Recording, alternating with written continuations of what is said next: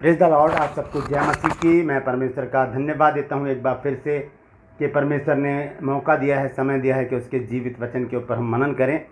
आज वचन तो मैं आपके साथ शेयर करूँगा ही। आज मैं अपने जीवन की बहुत बड़ी गवाही आपके साथ शेयर करना चाहता हूँ। मैं चाहता हूँ कि आप वो बातों को जानें जो मेरे साथ गुजरी हैं, जो मेरे साथ हुआ है, और आप जान सकते हैं इसको देखकर, क्योंकि मैंने ये पहले भी आज से लगभग 3 साल पहले मैंने अपनी इस गवाही को डाला था।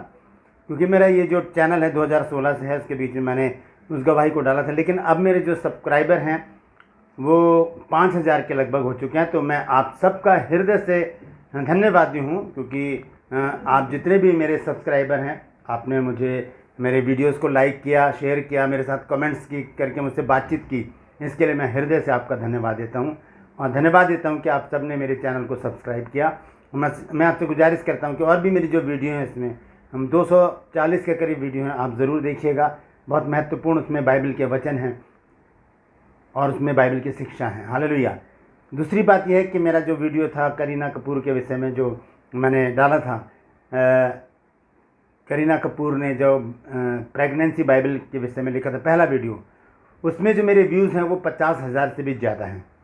तो मैं आपका हृदय से धन्यवादी हूँ, हृदय से धन्यवादी हूँ। सच में मैं धन्यवादी हूँ आपका कि आप सब ने मुझे इतना प्यार दिया, इतना स्नेह दिया और व्यूज़ को बढ़ाया, और मेरे सब्सक्राइबर भी बने और मुझसे बातचीत भी की कमेंट्स करके।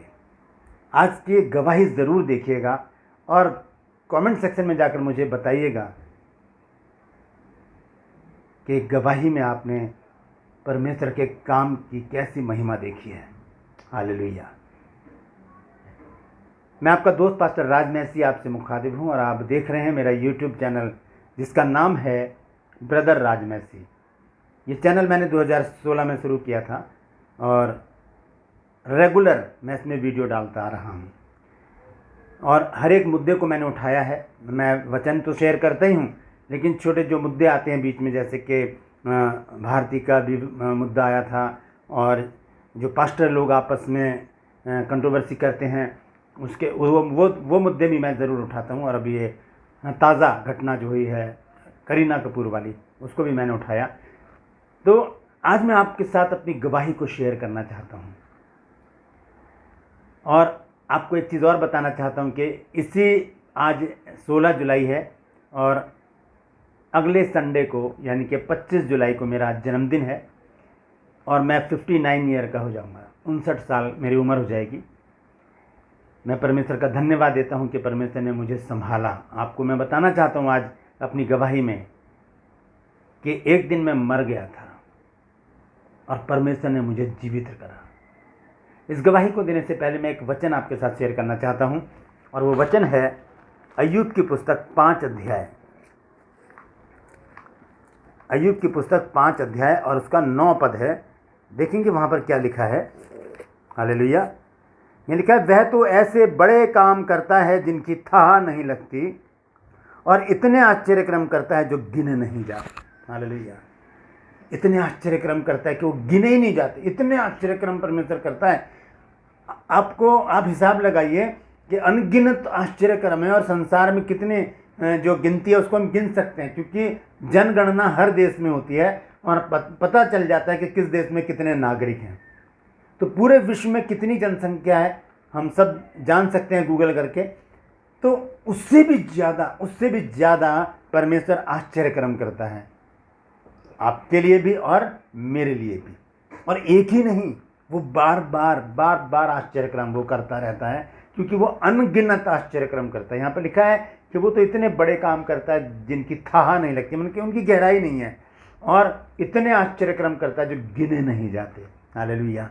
कितना महान प्रभु है हमारा। हमारे जीवन में वो काम ही करता रहता है। हालेलुया। हमसे मांगता कुछ नहीं है, सिर्फ काम ही करता रहता है। आश्चर्यक्रम करता है। हमें मृत्यु से बचा लेता है, बीमारी से बचा लेता है, हमें ठोकर खाने से बचा लेता है, हमारी कमी घटियों को दूर करता है, हमारी चिंताओं को दूर कर देता है, हमें नया रास्ता दिखाता है, हमें जॉब देता है, मिनिस्ट्री देता है, हमें बिजनेस देता है, हमारी हर चिंता को वो अपने ऊपर ले लेता है। इसलिए तो उसने मत्ती 11:28 में कहा कि हे सब परिश्रम करने वालों और बोझ से दबे लोगों, मेरे पास आओ, मैं तुम्हें आराम दूंगा। हालेलुया। तो आज मैं आपको बताना चाहता हूँ कि मैं एक दिन मर गया था।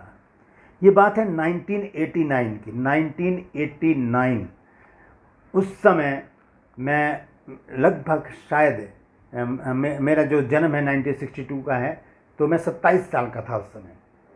और मुझे बुखार हुआ। हम दिल्ली के एक कस्बे में रहते थे और उस कस्बे का नाम था दयालपुर। गांव से ही था वो, बहुत थोड़े से मकान बने हुए थे। बहुत बहुत पुरानी बात बता रहा हूँ मैं, 1989 की। अभी लगा लीजिए साहब 89 से और 2000 तक कितने हो गए? 11 साल और 21 साल, ये 33 साल पुरानी बात है। ये बहुत अच्छी गवाही है मेरी, मैं हर जगह इस गवाही को देता हूँ। तो मुझे बुखार हुआ और वो गांव था, इसलिए वहाँ पर एक ही डॉक्टर था। मुझे उस डॉक्टर का भी नाम अभी तक याद है, धर्मपाल उन डॉक्टर का नाम था। और वो एक तरह से सारे गांव के फैमिली डॉक्टर थे। वो, उनको बुलाओ तो वो घर आ जाते थे, उनके पास चले जाओ, बड़ी हंसी मजाक करके वो बातचीत करते करते दवाई वो दे देते थे। तो मेरे जो भाई बहन सब अपने सेट थे, मतलब मेरी बहनों की शादी हो चुकी थी, अभी 2 बहनें रह रही थी और मेरे भाई लोग काम पर गए हुए थे सारे। मेरी मम्मी अकेली थी बस। और मुझे बुखार हुआ और वो मुझे डॉक्टर के पास ले गई। और जब डॉक्टर के पास ले गई तो उन्होंने डॉक्टर ने मुझे इतने बड़े बड़े कैप्सूल, इतनी ढेर, एक पुड़िया में इतनी इतनी गोलियां थी। और मैंने जब वो एक पुड़िया खाई, मेरा हार्ट ब्लॉक हो गया, मेरा दिल धड़कना बंद हो गया और मैं ठंडा पड़ गया। जैसे कि अभी मुझे पसीने आ रहे हैं, और वैसे ही उस समय मेरे को ठंडे पसीने आ गए। हालेलुया, ठंडे पसीने आ गए। और क्या हुआ कि मैं लगभग मर गया, डेड हो गया था मैं। मेरी मृत्यु हो चुकी थी 1989 में, अप्रैल 1989 उसमें। और उसके बाद क्या हुआ, एक मेरे बहनों ही हैं RK मैसी, वो भी प्रभु के दास हैं।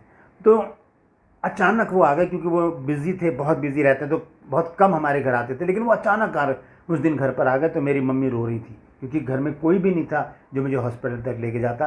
कोई साधन भी नहीं था, क्योंकि रात का समय हो गया था, 8-9 बज गए थे, और 9-10 बज गए थे और अंधेरा हो गया था।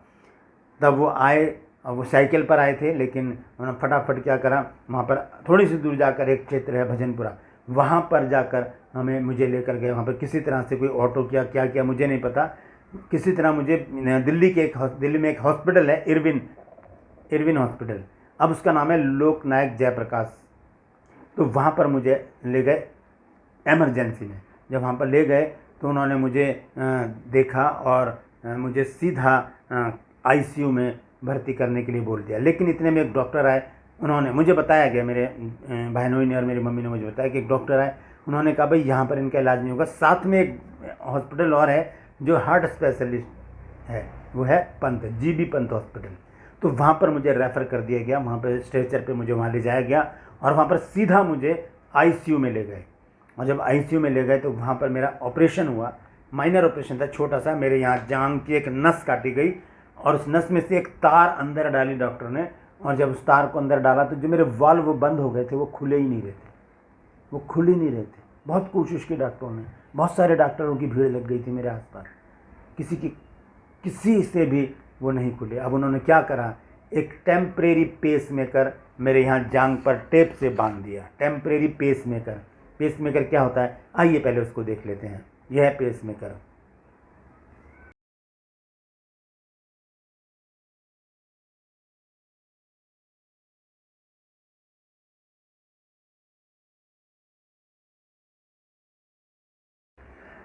तो ये पेसमेकर है। पेसमेकर जो होता है वो हाँ, जो भी आप लोग देख रहे हैं आप सब जानते होंगे, क्योंकि आप सब पढ़े लिखे हैं। लेकिन जो लोग नहीं जानते, मैं उनके लिए बता दूं, पेसमेकर एक इतनी बड़ी मशीन होती है, जैसे अभी आपने फ़ोटो में देखी है। उसे यहाँ पर काट कर ऑपरेशन करके उसे अंदर डाल दिया जाता है और फिर उसके जो तार हैं वो हृदय से जोड़ दिए जाते हैं। और हृदय का जो गति है, उसका जो धड़कन है, वो फिर मशीन से चलती है। सेल उसमें 5 साल के बाद उसमें सेल बदला जाता है, सेल से चलती है ये मशीन। और डॉक्टर ने कहा इनको परमानेंट पेसमेकर लगेगा, और परमानेंट पेसमेकर के लिए हमें 1.5 लाख रुपए की ज़रूरत थी। 1989 में 1.5 लाख रुपए 1.5 करोड़ के बराबर थे। 1.5 करोड़ के बराबर हमारे बस की नहीं थी कि हम 1.5 लाख रुपए एक मुश्त खर्च करते। मेरे भाई, मेरी मम्मी, मेरे पापा तो 1984 में गुजर चुके थे। मेरी मम्मी, मेरी बहन, मेरे बहनों, भाभियाँ सब परेशान हो गए। कहीं से भी कोई बंदोबस्त नहीं हो रहा था, बहुत कोशिश की, नहीं हो रहा था। अब जब उन्होंने पेसमेकर, ये जो टेम्परेरी पेसमेकर मेरे जांघ पर उन्होंने टेप से बांधा था, उसकी वजह से मेरा दिल धड़कना शुरू हो गया और फिर मुझे वहाँ से आईसीयू में से निकालकर जनरल वार्ड में रखा गया और वेट कर रहे थे कि हम पैसे का बंदोबस्त करें और पेसमेकर मुझे लगे। उसके बाद क्या हुआ कि एक दिन मैं लेटा हुआ था अपने बेड पर, तो सामने से एक बुज़ुर्ग आ रहे थे और उनके यहाँ पर ऐसे मांस बाहर को आया हुआ था। तो मैंने पूछा, अंकल जी ये क्या हो रहा है आपके? तो उन्होंने कहा कि ये मेरे ना पेसमेकर लगा हुआ है। और वो देखकर मैं तो कांप गया बुरी तरह, मैं डर गया, मैं रोने लगा। मेरी भाभी मेरे साथ थे, वो पूछें क्या हुआ? मैंने कहा भाभी मैं नहीं लगाऊंगा, क्योंकि उस समय मैं जवान था, 27 ईयर्स का था और मैं ये बटन खोल कर रखता था, तो यहाँ से दिख जाता सब। तो मैं रो पड़ा बहुत बुरी तरह से। मैंने कहा मैं नहीं लगवाऊंगा। तो मेरी भाभी ने कहा डॉक्टर तो कुछ और कह रहे हैं कि अगर नहीं लगवाओगे तो बहुत बुरा हो जाएगा। मैंने कहा नहीं भाभी मैं नहीं लगवाऊंगा। इतना मैं कह ही रहा था कि इतने में मेरी बड़ी सिस्टर पास्टर जी को लेकर आई। उनका नाम है जॉन आशाराम, अभी वो इस संसार में नहीं है, और फतेहपुरी चर्च, दिल्ली के फतेहपुरी चर्च के वो पास्टर हैं, पास्टर थे मतलब। तो उनको मेरी बहन है जो वहाँ पर लेकर आई और उन्होंने मेरे लिए वहाँ पर प्रार्थना की और मुझे प्रभु भोज भी दिया वहाँ पर। और उसके बाद मेरे अंदर एक विश्वास जागा, क्योंकि वो मुझसे कह कर गए थे कि यीशु मसीह जीवन है, और जब यीशु मसीह हमारे अंदर होता है तभी हम जीवित होते हैं। अगर यीशु मसीह हमारे अंदर नहीं है हम जीवित नहीं हैं। हालेलुया। तो यीशु मसीह को मैंने अपने अंदर लेने का प्रयास किया, और वो किस प्रकार से है? प्रभु भोज के द्वारा। हालेलुया। क्योंकि हम देखते हैं उत्पत्ति 2:7 में लिखा है कि परमेश्वर ने मिट्टी से आदम को बनाया, भूमि की मिट्टी से, और उसके अंदर क्या फूंक दिया? जीवन का सांस। जीवन कौन है? यीशु मसीह। यूहन्ना 14:6 में लिखा है मार्ग, सत्य और जीवन मैं हूँ। तो वो जीवन मेरे अंदर आया, आदम के अंदर आया उत्पत्ति 2:7 में। लेकिन 3 अध्याय में आकर जब पाप आ गया, आज्ञा का उल्लंघन किया आदम और हव्वा ने, तो यीशु मसीह दूर हो गए। पाप का और यीशु मसीह का कोई संबंध है ही नहीं। इसलिए परमेश्वर ने प्रभु भोज की एक विधि बनाई, और वो प्रभु भोज जब मुझे दिया गया हॉस्पिटल में, तो यीशु मसीह मेरे अंदर आए, मेरे अंदर जीवन आया, मेरा विश्वास बढ़ा। और मैंने भाभी से कहा, मैंने कहा अब मैं नहीं लगवाऊंगा। डॉक्टर रोज आकर कहते थे कि 30,000 का हो गया, 40,000 का हो गया, मतलब जो मर गए थे लोग उनके पेसमेकर मुझे लगाने के लिए कह रहे थे वो, लेकिन हमने मना कर दिया। फिर मैंने अपने घर वालों से कहा कि अब मैं बिल्कुल ठीक महसूस कर रहा हूँ, मैं नहीं लगवाऊंगा पेसमेकर, आप मुझे लेकर चलो। तो जब मेरे घर वालों ने डॉक्टर से बात की तो उन्होंने कहा भाई लामा पे लिख दो आप, हम तो छुट्टी दे देंगे, हम ऐसे छुट्टी नहीं देंगे क्योंकि रिस्की है, क्योंकि इनकी हालत आप नहीं जान रहे क्या है। उन्होंने बताया कुछ नहीं मुझे, मैं आगे चलकर आपको बताऊंगा कि मेरे अंदर क्या था। तो हमने लामा पे लिख दिया और मैं घर आ गया वापस। और होता क्या है कि 1 हफ्ते बाद हम हॉस्पिटल जाते हैं चेकअप कराने के लिए। जब मैं अपनी मम्मी के साथ हॉस्पिटल गया तो डॉक्टर ने मुझे ऊपर से नीचे तक देखा और हंसकर बोला कि बहुत बड़ी बेवकूफ़ी कर रहे हो आप, पेसमेकर अभी भी लगवा लो, नहीं तो किसी दिन चक्कर खाकर गिर जाओगे और मर जाओगे।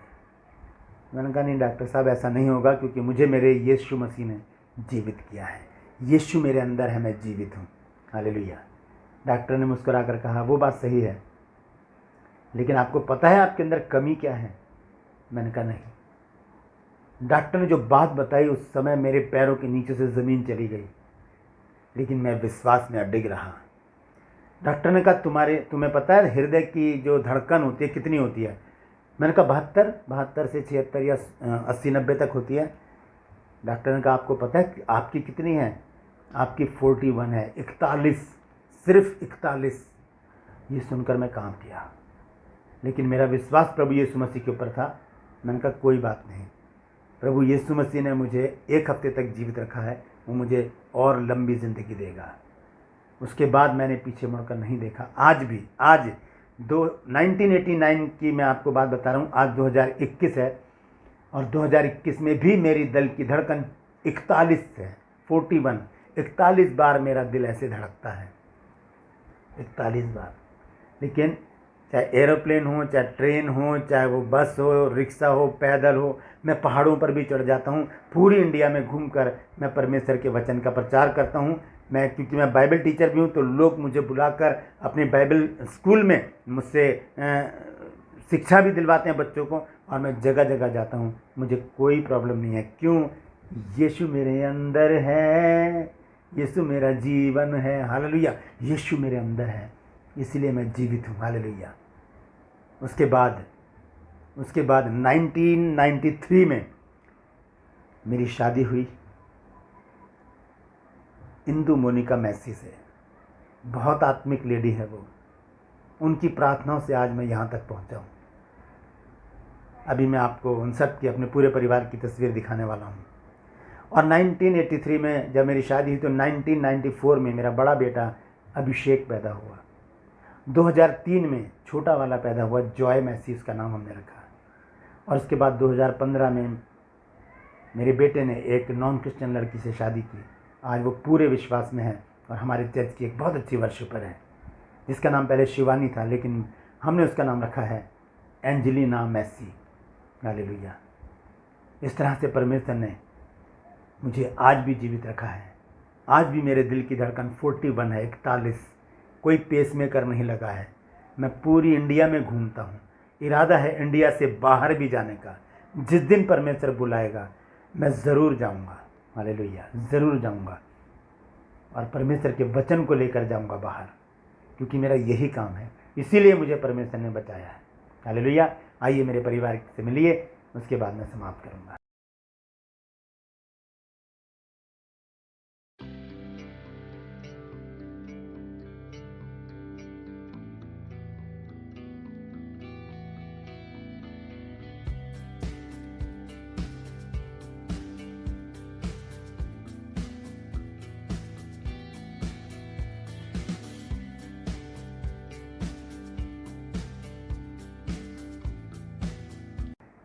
Praise the Lord. तो ये छोटा सा परिवार है मेरा।